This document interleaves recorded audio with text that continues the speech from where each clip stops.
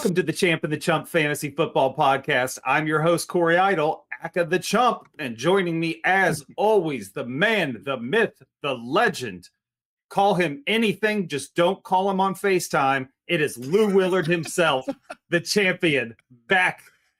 First off, let me show you that. That's why he's upset. I'm still holding that back-to-back years, still holding that. Second off, tell somebody something off air one time. What? I don't know how to FaceTime, man. My kids are 30 and 27. I don't need to face you and all my wrestling fans out there. I don't need to FaceTime you. You need to FaceTime me. That's that CM Punk's Triple H reference. I don't need to work with you. You need to work with me. I don't need to FaceTime you. You FaceTime me. But that was a funny story, though. That was great. And but the young lady in the store chilled me out. I answered it. I answered it. I just couldn't figure out to see my daughter. That's all right. Well, luckily, some other, what are they, Gen ABCs or whatever they are? I don't even know those terms anymore. Nobody counts after Gen X. That being said, I can't fault you too much or rag on you because this is our second time recording the draft guide extravaganza for everyone. It was good too. Yeah, great show. And then you being the proverbial you, not you being Lou, asked me to be in charge of a technology-based system, and it just didn't work. For whatever reason, that file was lost, and so we're back trying once again to get this done for everybody. Hopefully, this is not a Buffalo Bills situation. This is a much more friendly situation for us where we can actually, win. The show was really good, too. I felt it was one of our best episodes. We provided a lot of knowledge. And right before we start recording, before my wife left the house, I'm like, I'm trying to figure out how we're going to match the first show that we just did because it was really good. So, but being the professionals that we are, we're going to drop that knowledge.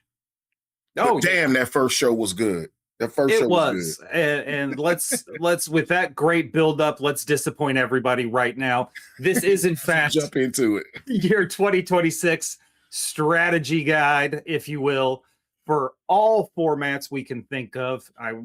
I assure you there are some leagues out there we're not going to talk about because shit has gotten wild out there in the jungle. Yeah. Y'all do crazy leagues now. So if you have a question, you have a concern, want us to talk about something, put it down in the comments and we will get to it.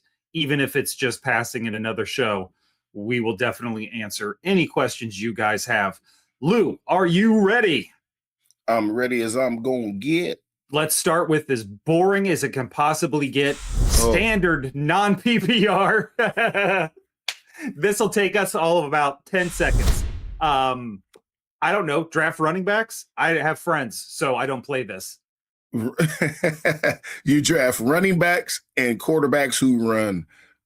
If I joined the standard league now, honestly, guys and gals, I would expect to be the youngest person in that league by 20 years, and I'm 52. So who's still playing standard? You guys got to evolve. I mean, I get if you wanted to get if you got a group of dudes who I know football, and you got that hardcore group, and y'all wanted to form a standard league because it is blood and guts league when you playing standard. 100%. I mean, you're talking your average PPR score is what 120. 130 to 120, 120 to 115. I think that's fair. Your average, I mean, you're winning games with 45 points if you play standard.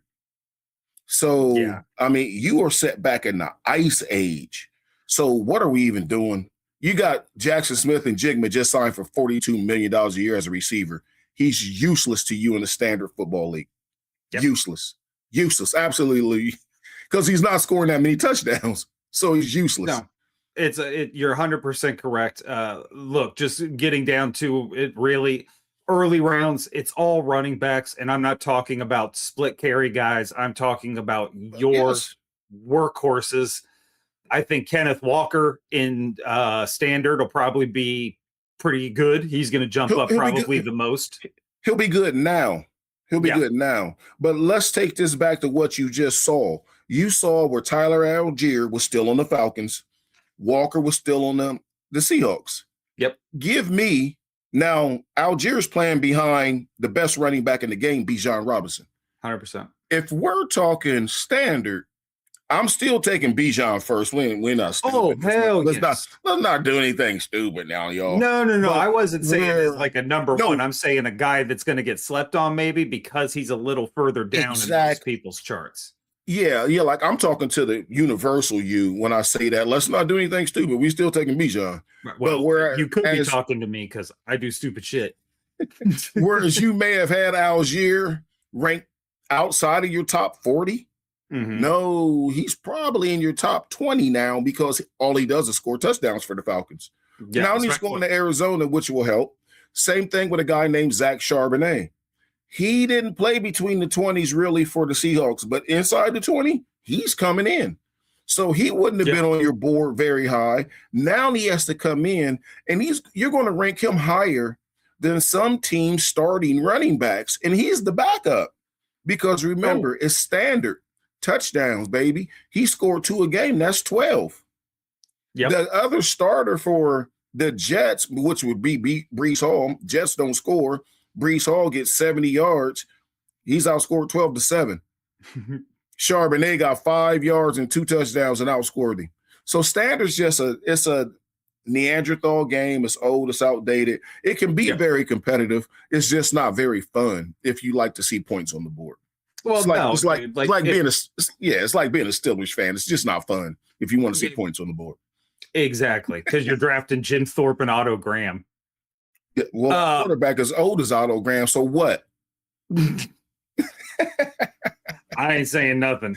Neither am I. We're bad. I've been talking shit about Aaron Rodgers his whole career, and it's gotten me nowhere. And he seems to still be doing well, so I'm giving up the ghost.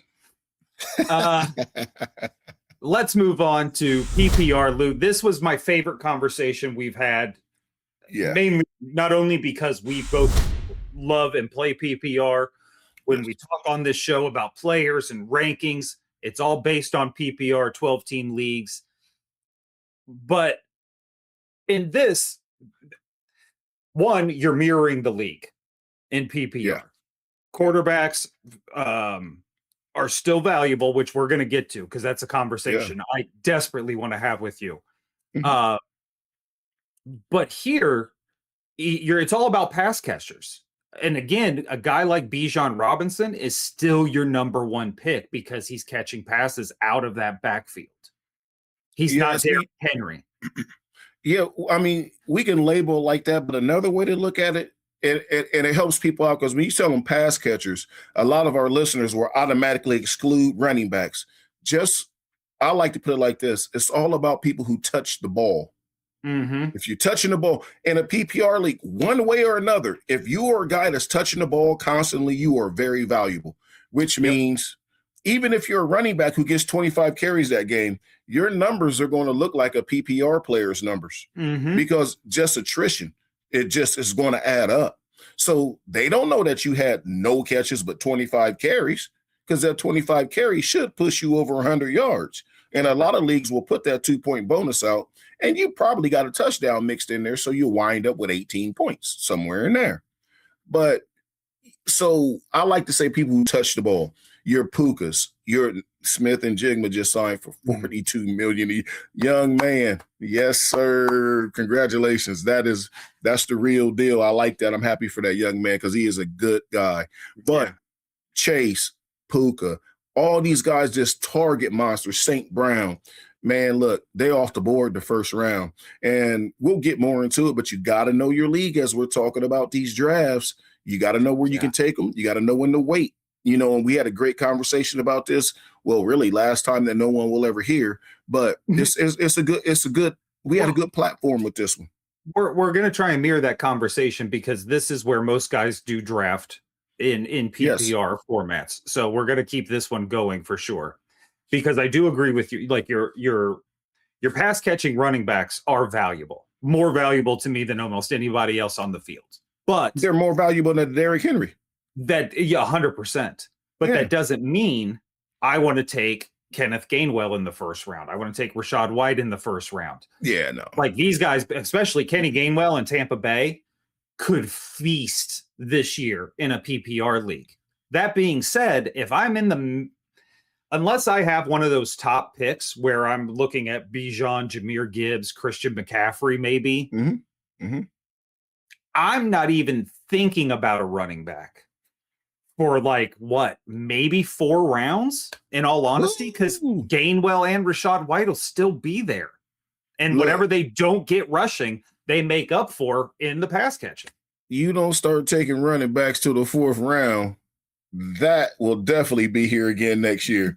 This is a layup for me. You wait till the 4th round to take a running back. But what I will tell you is I do see your point.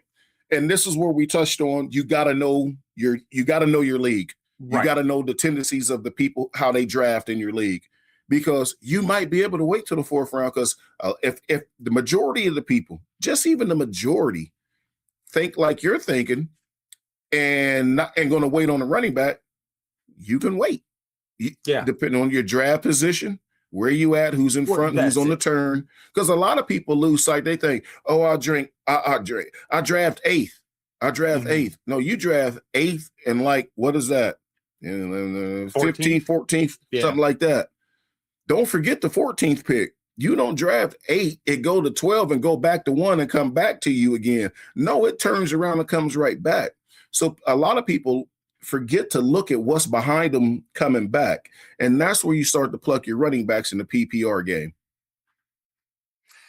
Yeah, no, and that's what I'm saying. Like, again, if I'm out of that top 5, top 6 in my draft, that's when my 0 RB build starts to kind of become more of a reality. Yeah. And I'm not by no means am I going to have Jahmyr Gibbs available to me hypothetically at 6 or 7. And I'm going, haven't even 5. Yeah, I'm taking him. Like, I'm not passing him up if he's available in the first round, unless I have the first pick. Then it's Bijan Robinson. And that's where it comes to draft strategy. And we had a nice conversation on this the last time. Like for me, I go into this standard PPR league because this is the main league. I go into it like people say, like I asked you last time, are you one of these guys that won't draft a quarterback until 8 quarterbacks are taken, 10 quarterbacks are taken? Oh, I won't draft a quarterback before the 8th round. Right. That's not me. I go in there with 3 quarterbacks I want, period. I go in with about six running backs, about 6 to 8 receivers that I want on my team. Now, I know we have lists out there and shows out there with our top 40. I'm not writing out 40. Number one, the drafts aren't for that. Our drafts are fun, man. Everybody's having a cocktail, drinking, having a good time. Oh, yeah. Ain't nobody writing out 40 names. We just having a good time and kicking it. So that list of people is good for me. So it might be a 8th round value for you, but if I take him in the 4th, that's where I value him at. And I took him because he's on my list. And now out of my top 6 running backs, I got 3 of them right now. So therefore, I have 2 starters, and I got a flex if I need to start him. But if that guy's in the flex, he's a pass catching running back. That way, he might as well be a receiver.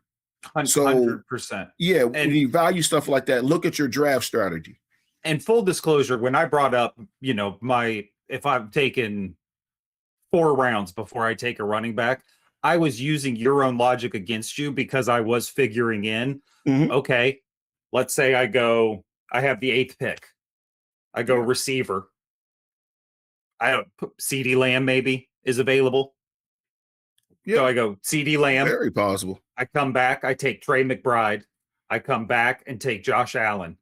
That's 3 rounds. Come back in my 4th round, I take another receiver. I still have no running backs. You can build a high point team with that 0 RB build. And to give you an idea, I just looked this up real quick. So I'm just a couple of names. Josh Jacobs could be available in round 4, 5. Oh, absolutely. There's a chance, unless you're in a dynasty league. Jeremiah Love is available in round 4 or 5. Chuba Hubbard, Javonte Williams, Rico Dowdle. Zach Charbonnet. Like there are names out there that are going to be very serviceable if you seem forced into a 0 RB build. Yeah, I mean, you're absolutely correct. But when you look at it, as we talk about all this, a lot is going to depend. Like, let's talk rookies. Where are they going to play? So that's number one. And then when you talk about the free agents who move teams, regardless of position, like a Rico Dowdle, since you brought him up, Pittsburgh got a new coach. So if you go to any team that you're a rookie, where are you going? Free agent, what team did you go to? Any team with a new coach, what offense are they running? Yeah. It's hard to say. So it's hard to judge those guys, and you won't know that. You're taking a shot in the dark until the season starts. I don't care what OTAs, mini camps, training camp, any of that looks like until week 3, not 1, but 3, you won't know if you made the right decision or not. Yeah, 100%. And yeah, I think you've also hit on something there. Like right now, who is it? Jeremiah Love is projected to go to the Titans. To go to the Titans. That was a very different scenario than the Saints, or even because we know the Saints love passing to the running backs based on Alvin Kamara and past running backs. That's just their culture. Yeah. I mean, back to damn it, who was the other name I had? But anyway, Jeremiah Love going to the Chiefs. Very different scenario. Jeremiah Love's a first-round pick if you got or second-round pick in that scenario because of what you're expected from that team under Andy Reid and Patrick Mahomes. Going to the Titans, I'm not as excited fantasy-wise about drafting him. I mean, depending on where you draft, I was never drafted him in the first round just because he's a rookie. Oh, God, no. You don't know what they're going to do. But if you're talking PPR, he can catch the ball. He's absolutely a value with the Titans because of volume. Remember, we talked about it a little bit ago when we started the show. Dude getting 25 carries, he's going to get his yards. There's no getting around it. If he has 25 or 49, you just eat that week because the next week he'll have 25 or 110. Still not great, but it's fantasy numbers. We're not talking per average. You don't get points in fantasy football for average yards a carry. You get points over the total yards in production. Sprinkle in 2-3 catches, which you'll get, and you just hoping he scores a touchdown. It's just like Ashton Gente from last year. You just hoping the guy can figure out a way to score a touchdown because he's going to get the ball a lot. Right. And that's what you want to look at. But he had nothing around him. He had no quarterback. It was just a hot mess. No coach. It was just a dumpster. It was a disaster. But yeah, so that's what you look at. There's a lot of stuff to look at. But the main thing when you're looking at these leagues, know who's in your league. When you're joining the leagues like I did last year, where you're playing with people from all over the country that you will never know. Good luck. Just pick the best roster you can pick and cross your fingers. Same thing with best ball. Let me ask you. I'm going to interrupt you, and I apologize, but no, you're fine. I think this is an important question because I know a lot of people who play this kind of strategy. If you get into a league, whether you know the people or not, does it almost become a little bit of a chess match for you, where you don't want to necessarily hurt your team, but you start blocking out guys because you can see what they're. Do you pay any attention whatsoever to what other guys are building and worry about that at all? Or are you solely focused on your roster? I'm solely focused on my roster, and I'll tell you why. Because none of us have a crystal ball. So I could go, I'm going to snag Breece Hall before he come back to Corey. And turn out you took Kenneth Walker and dude blew up. So I can't draft all the running backs, but I didn't need a running back. I had a Bijan because I got lucky enough to get the first pick or the first 2 picks, whatever. I got Bijan.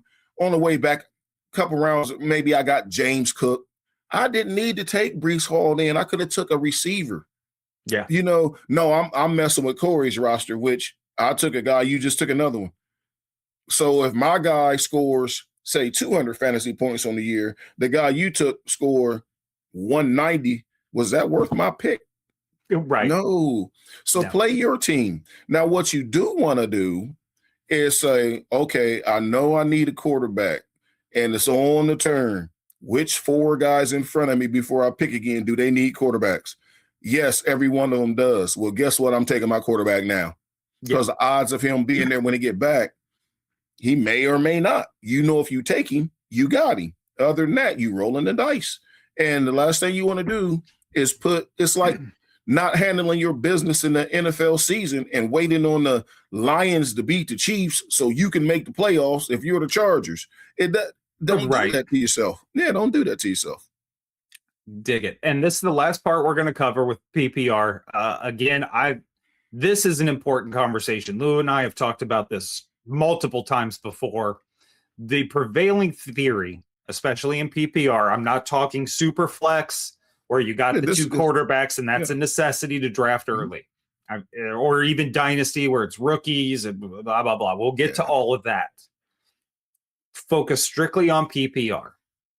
The prevailing theory on almost every single show is you can wait to take your top quarterbacks before you get to round 6. Round 5, round 6, that's when you start to see Josh Allen, Joe Burrow, Lamar Jackson. I have never subscribed to you have to take a player here.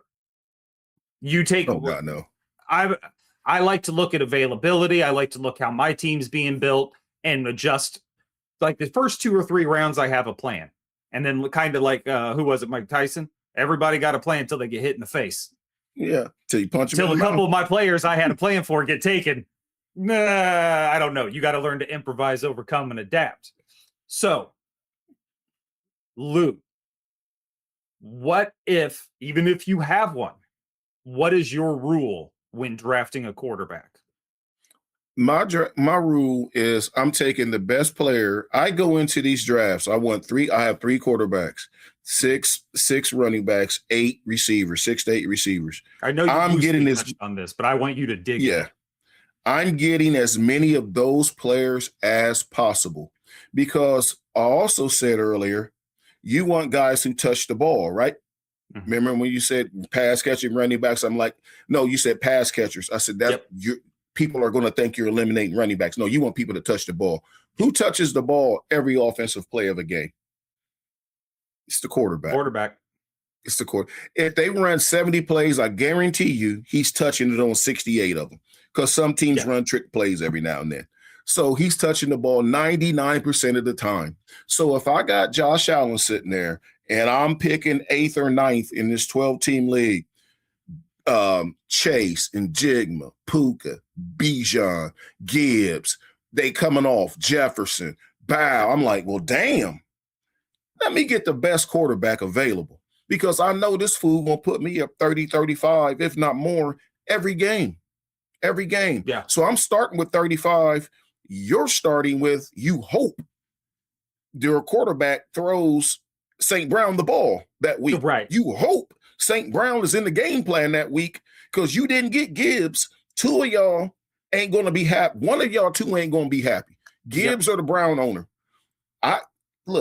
I'm going with Josh Allen because I know he getting the ball. I'm going with Joe Burrow because I know he getting the ball, and he got to give it to your guy. So you might have got Chase, but I got the guy giving him the ball. Look, I'll give you a perfect example of this, real life example of this. Uh-huh. You and I last year, you had Amon-Ra St. Brown, I had Saquon Barkley. Yep. Damn near taken in mirror positions. We were so close in the draft. Excuse me.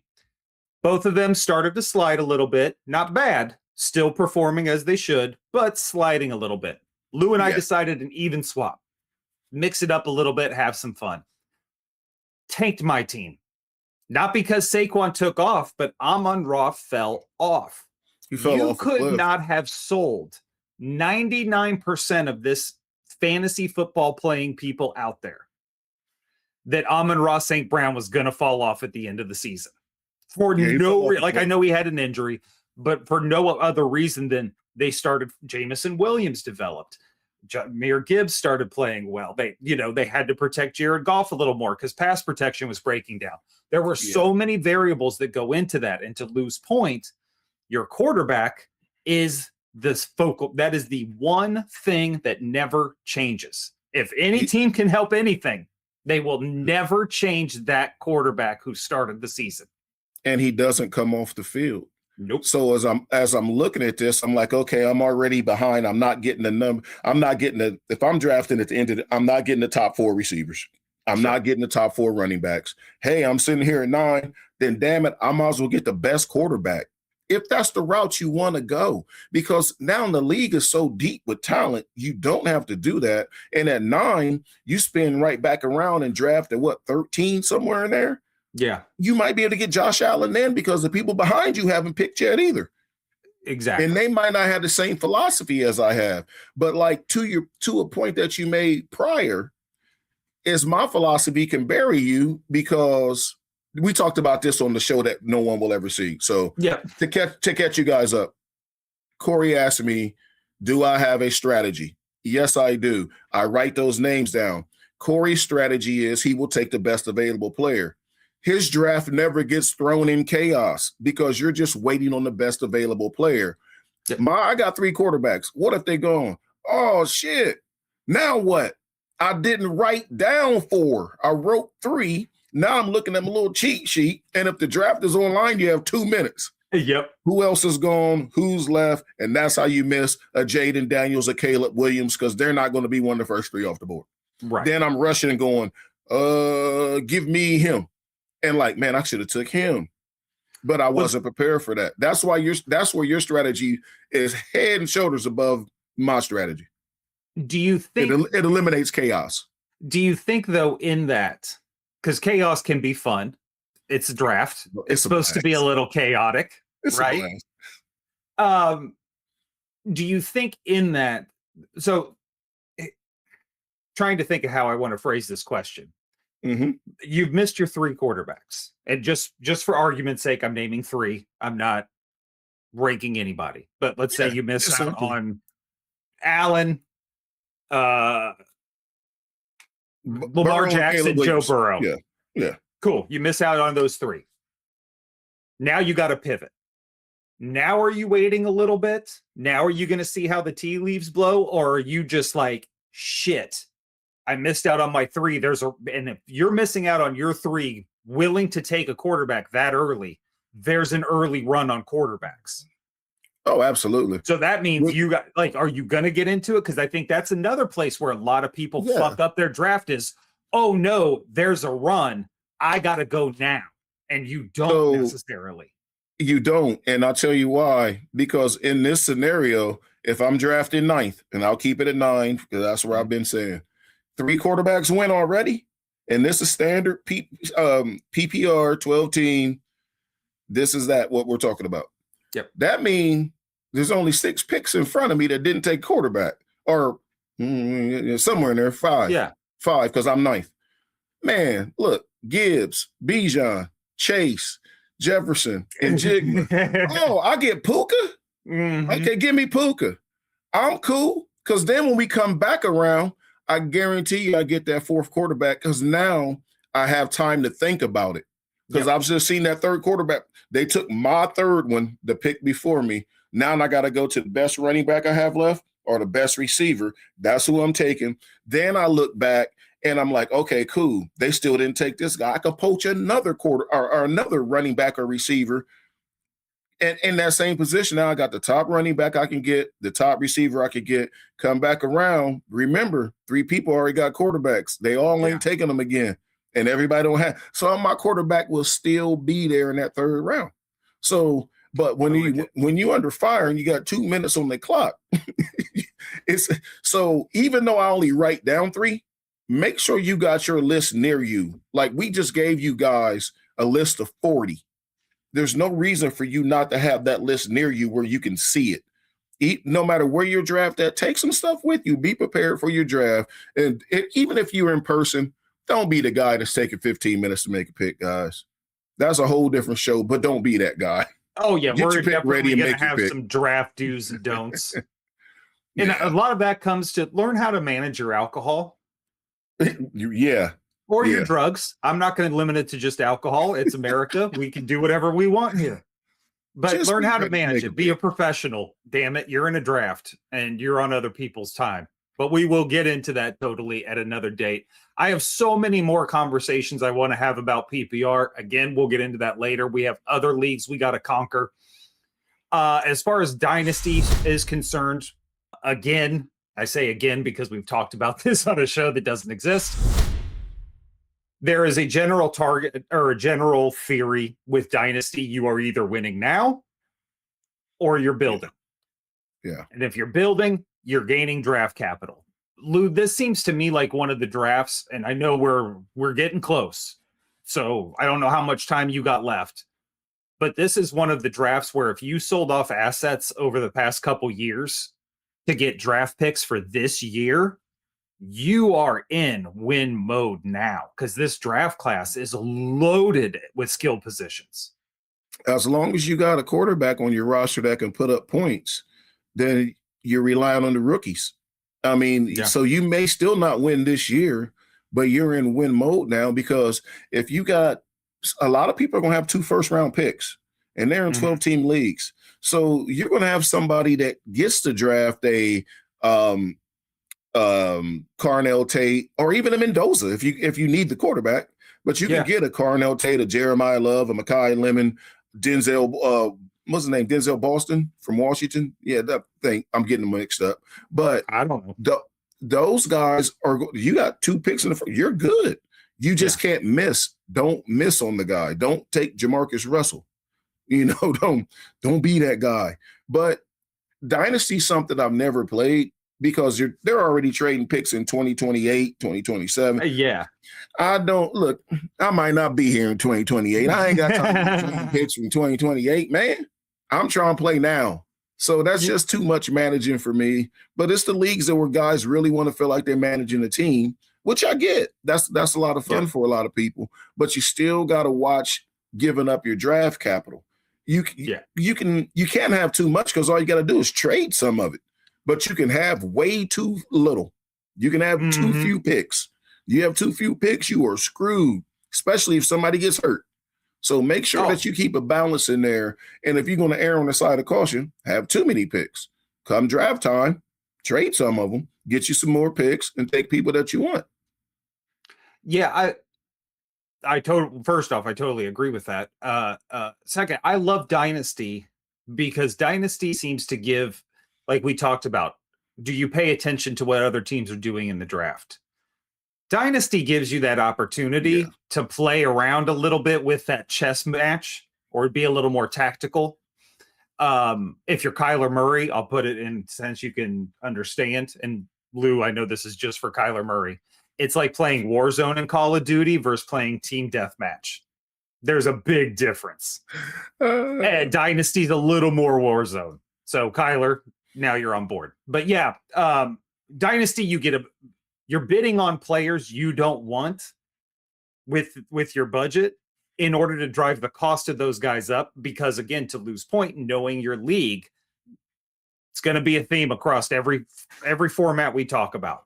If you know your league, if I know Lou wants Rico Dowdle or Michael Pittman Jr. desperately because of that Steelers helmet behind him, right? He is demanding that guy.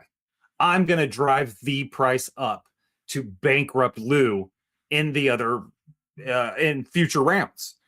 Yeah, that's good business. Dynasty, like I said, I've never played it, but to me it seems like a slow burn. Exactly. Where you systematically set your team up for long-term success. Yeah. In Dynasty, you kind of want to be, and I'll use my team as an example.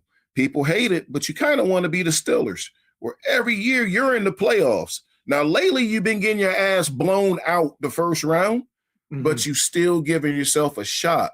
Now, you want to go different than what the Steelers are doing. Instead of keep kicking the can down the road like Pittsburgh, you want to get aggressive. And if you see this draft class is really good and you have a quarterback, man, trade some picks and go get some guys to try to win it. And like I say, you've established that you're going to be in the playoffs. Now you know you're going to be in the playoffs with a couple better players, and you hope those rookies kick in for you, and away you go, or whoever you choose to pick. I keep saying rookies, but it's such a good class. But yeah, whoever you choose to take with those picks, but you arm yourself with more talent. Yeah, totally agree. Dynasty is one of those things where it's pretty self-explanatory. And I know one thing that we have touched on before that I would preface again. If you are new to joining a Dynasty league, before you commit to joining that league, know what you are getting, because that team could be a disaster. Think about a house where the people are getting their house foreclosed on. There's a reason those homes get fucked up. Look, it's money pit. I know I'm talking I know I'm the oldest person in this whole situation, but the movie Money Pit, that's what you could be getting in the Money Pit with Tom Hanks back in the day in the 80s, I believe. Y'all weren't even alive. Y'all wasn't even alive in the 80s, but y'all get it. It's an underrated movie. It's a good movie. But watch that. See number one, see if there's a minimum year commitment that you have to make. If they're saying you got to come in and you have to stay for 4 years, now no one can legally hold you to that. But if you're getting in that league, odds are you're getting in the league with the recommendation of at least one of your friends, and odds are even more, you know more people in the league. So if you back out of it before the 4 years, some guys take this very personal, and you're liable to mess up a couple of friendships over some damn fantasy football. So don't do anything. That's stupid. But it happens every year. With trades and everything else, it happens. Friendships get busted up over fantasy football. Yep. So check that out. Check out the position of your draft. How many picks do you have? What does your overall situation look like before you commit your money to it? I don't care if it's $20, $100, or $1,000. It's still money you work for. So make sure you know what you're getting yourself into. 100%. And by the way, blowing up friendships is so underrated. Do it every now and again. It's good for the soul. It's so good for the soul. Not over fantasy football. It doesn't matter what it's over. Oh, man. All right, Lou, we got about 10 minutes left, which is unfortunate because this is one of my favorite leagues to talk about. I think this is so much fun. Guillotine leagues. We're going to end it. I know you got into it big time last year. If you don't know what a guillotine league is, basically you draft. That is your team. You either win and you move on. And I mean, you win week 1 and you move on to week 2, or you are the lowest scoring team in the league and you're out. Your entire roster gets dumped into free agency and everybody with their budget gets to bid on players. Accurate? Yeah. You just donated your entry fee. So these leagues are typically 14 teams. Whoever finishes 14th in scoring, you don't have an individual matchup. Even though some of the platforms will show you playing somebody else, it doesn't matter if you win or lose that game. You can't finish last in the overall point total.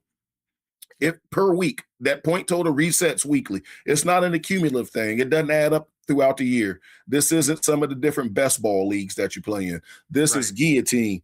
Don't be last. So week 1, if there's 14 teams, come week 2, there's 13. You've lost your entry fee. Your team is on waivers.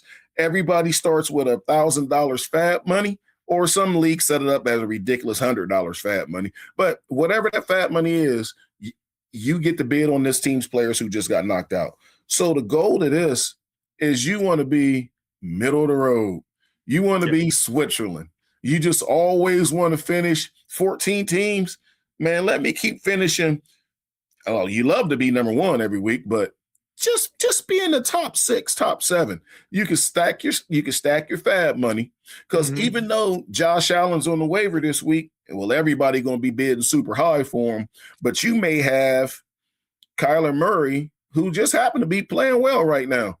Yep. You finished 6th. You don't need Josh Allen. Just sit patient, because guess what? Lamar's coming. Burrow's coming. Caleb Williams, they're all coming back to that waiver wire. So it is the funnest, man. I'm telling you, it is a fun league because I laugh every week. And then they do the little thing on y'all, they boot you out. And this show you getting booted out. I'm like, come on, we ain't doing that. I know I'm out, but damn, man. But I love it because it gets to be, it doesn't seem like a lot of strategy, but it is. Oh, yeah. And it really harps on your patience, and it gets really competitive because at the end of the year you get 4 or 5 teams left. Everybody's team is stacked. I mean, you're sitting guys like Justin Jefferson. He's on your bench because your team is loaded. And so it's just that's when it really comes down to matchups, whether who's playing where, who's playing well, what does it look like this week, inside, outside. I mean, all that stuff matters. And like I said, that's what got me in one of my leagues. Once I figured out how to play, I got bit because I switched the quarterback the last week because I had too many good ones. So I can't believe you're the champ on this show, switching your quarterback the last week of the season. Different league. I ain't trying to hear that. I got him, man. Let me ask you this. It seems like, and I know he's on a new team and all the shit we just said at the beginning of the show, but it seems like a receiver like Michael Pittman might be more valuable to you in a Guillotine league than, say, AJ Brown, who's going to be up 1 week, down 2 weeks, up 3 weeks, down 4 weeks. You know what I mean? He's so hit or miss. And there's a lot of guys like that. I'm not picking on AJ, especially considering I think he's going to be a Patriot soon. He's going to be a Patriot.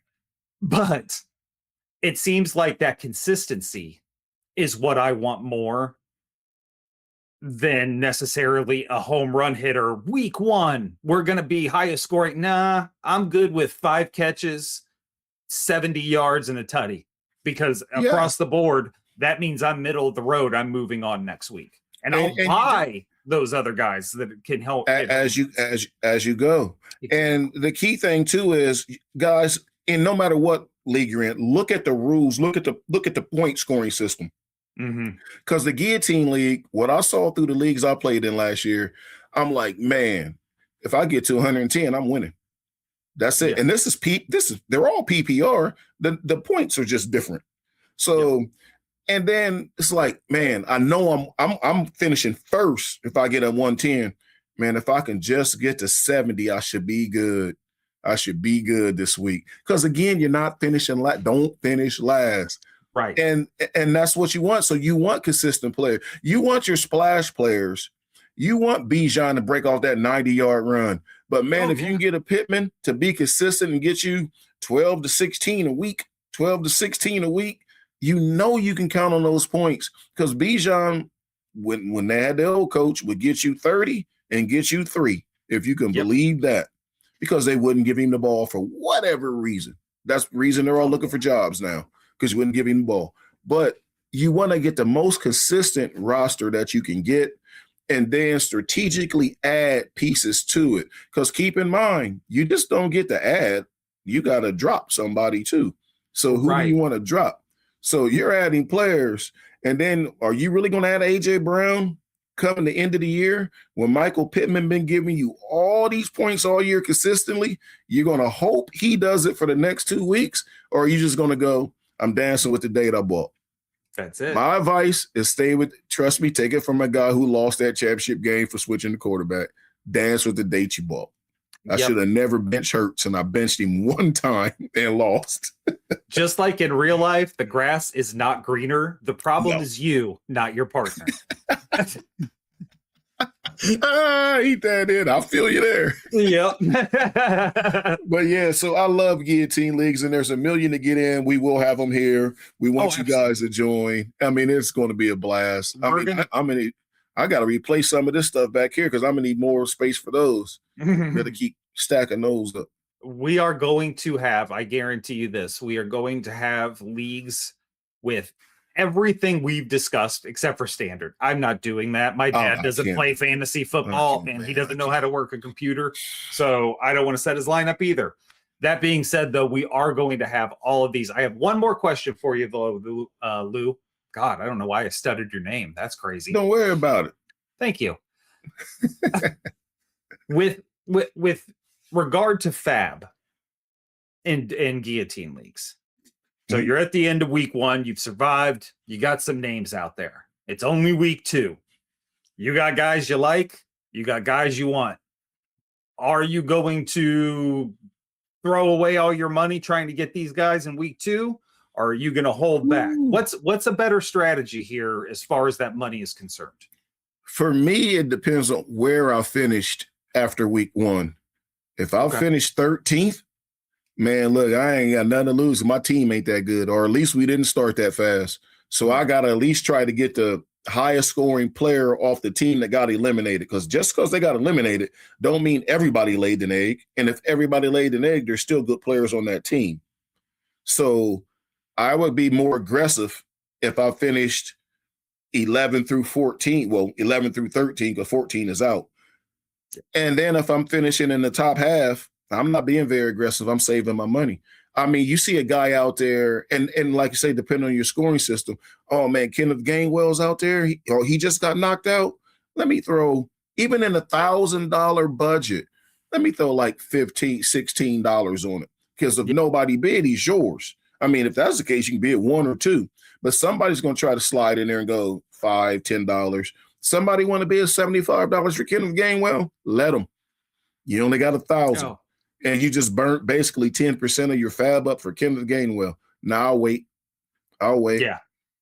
Because if that was the case, he would have been drafted. You're not picking him up. Well, I mean, he got drafted, but he's not worth 10% of your fab or anywhere. That's 8.5%, 9% of your fab. No. Yeah, that's insane. That is wild crazy behavior. But I want to. You see people. Yeah, you see people in those leagues. They panic and they do that. Yeah, because they realize they didn't finish first. And they don't really get the concept that you just can't finish last. So if they didn't finish first, they spending all their fab to try to finish first.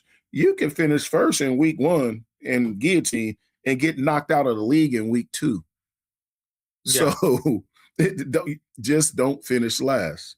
And that's a different mindset. You have to completely adjust your mindset for these drafts and everything when it comes to that.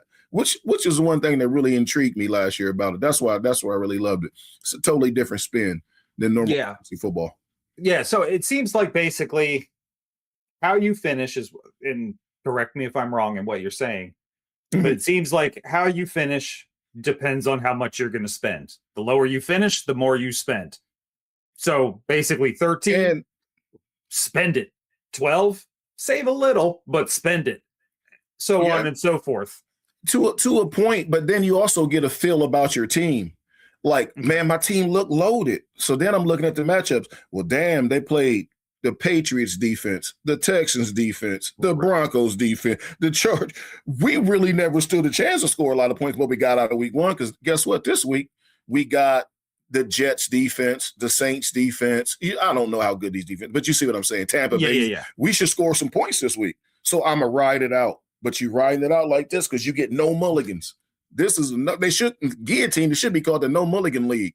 No mulligans, no do-overs. So if that's what you're riding and you're like, I'm going to squeeze that fab.